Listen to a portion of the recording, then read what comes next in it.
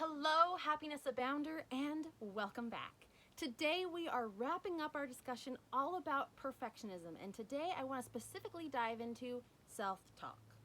You know, if you're a longtime listener of the show, I always come back to self-talk in some way, shape, or form because I think it is crucial to changing our lives and being happier. And in this case, absolutely crucial to fighting perfectionism. Because here's the thing.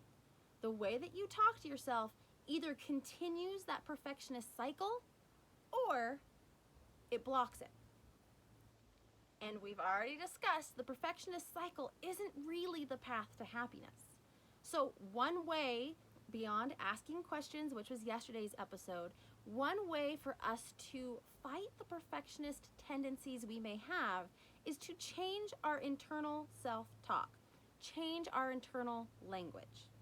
So how do we do that? First and foremost, you've got to start paying attention to what you say to yourself. Do you say, I'm not worthy? Do you say, I'm undeserving? Do you say, I'm fat? Do you say, I can't do this? Do you say, if it's not perfect, someone will be mad?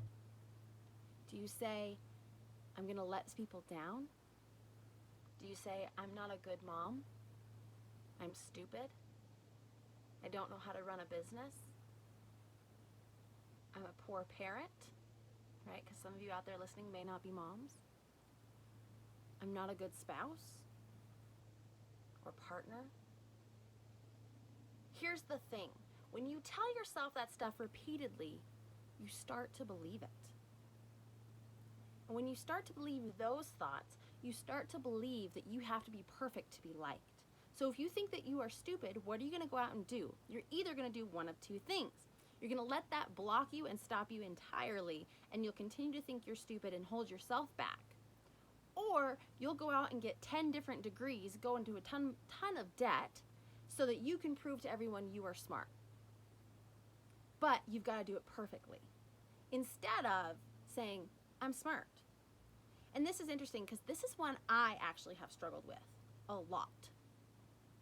When I was younger, I was in advanced classes.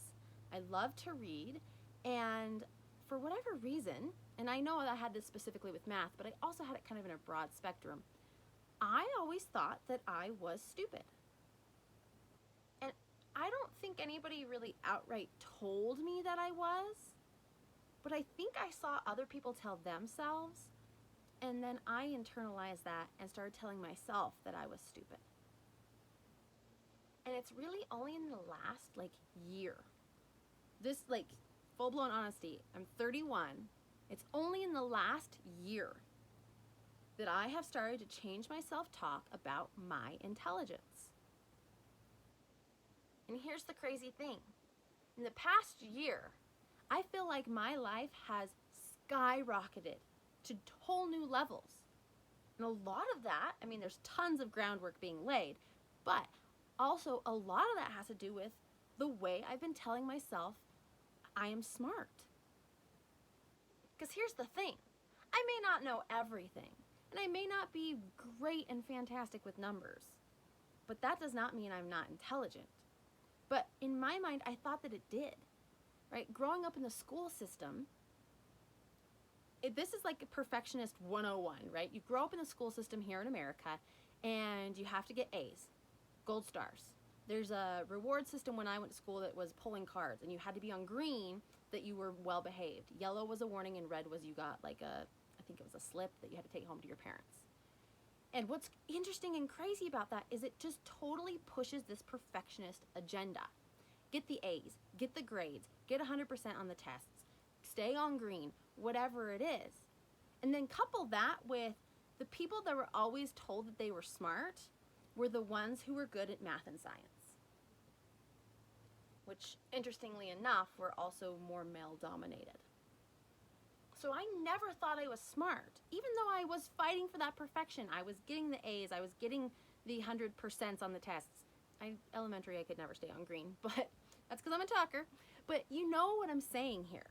It led to this perfectionist tendency, and it led to the self-talk saying that I was stupid, and I couldn't let anyone see that, and so I had to be perfect. That's the connection there. But in the past year, I've changed my self-talk. I've expanded my mind to what perfect actually means, which all it means for me is that I need to have progress, not perfection, and that I am here to learn and grow. And that automatically jumps my levels of intelligence. And I can say proudly now, I love going into a room and being the dumbest person there because that means there's so much for me to learn. But I also thoroughly enjoy when someone engages me in a conversation about something I know about, and I can just share a ton of information with them and teach them and educate them and help them change their lives. I love talking about business owners, specifically about content strategy, because that's what I do in my day job. And guys, I'm gonna say it right here now. I'm pretty freaking smart. But I didn't ever think I was until recently. And that held me in that perfectionist mindset. So what I want to share with you today in that story about my intelligence, I want you to take a look at those self-talk. What are you telling yourself? And stop accepting it as truth. Those negative things, stop accepting it as truth, and stop telling yourself that you have to be perfect because that's a weak area. As long as you are making progress and you are telling yourself positive things, you're telling yourself that you are smart. You're telling yourself that you are healthy. You're telling yourself you are a kind and caring parent, a charismatic and empathetic leader. Whatever those need to be for you, change your self-talk to fight perfectionism and to really grow your life in leaps and bounds. I know it firsthand in just one small area. I know it firsthand in all these areas, but specifically in realizing my own intelligence. When I talk to people, I am passionate. I am so ready and willing to share what I know. And it's not to be a show off and show that I'm smart, but it's to say, I can help you. And before, when I thought I was stupid, I could never step into that space. Because what if I was wrong? What if I wasn't perfect? What if I told them the wrong information? Or what if they knew more than me? And so I held back. And I don't do that anymore. And a lot of that's because I've been able to defeat my perfectionist tendencies by adjusting my self-talk.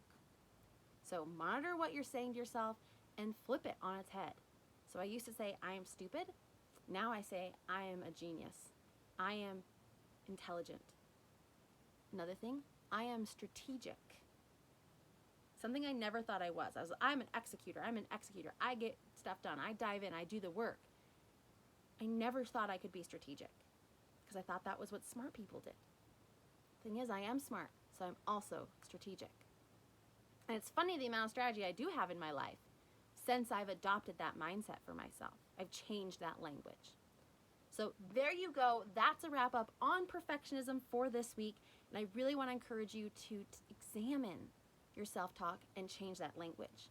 And if you would like help in changing that language beyond just this episode, I would love to recommend my Declarations for Happiness course. It's an online class, a 2-hour video, comes with a 20-page resource guide, helping you create declarations to change your negative self-talk to positive and to really up-level your life. So that said, you can go to happinessabound.com, click on courses, and select Declarations for Happiness. Do the online option, and it will be in your inbox within 48 hours. So that said, have a wonderful day. Fight those perfectionist tendencies, and above everything else, remember, you are capable of happiness abound.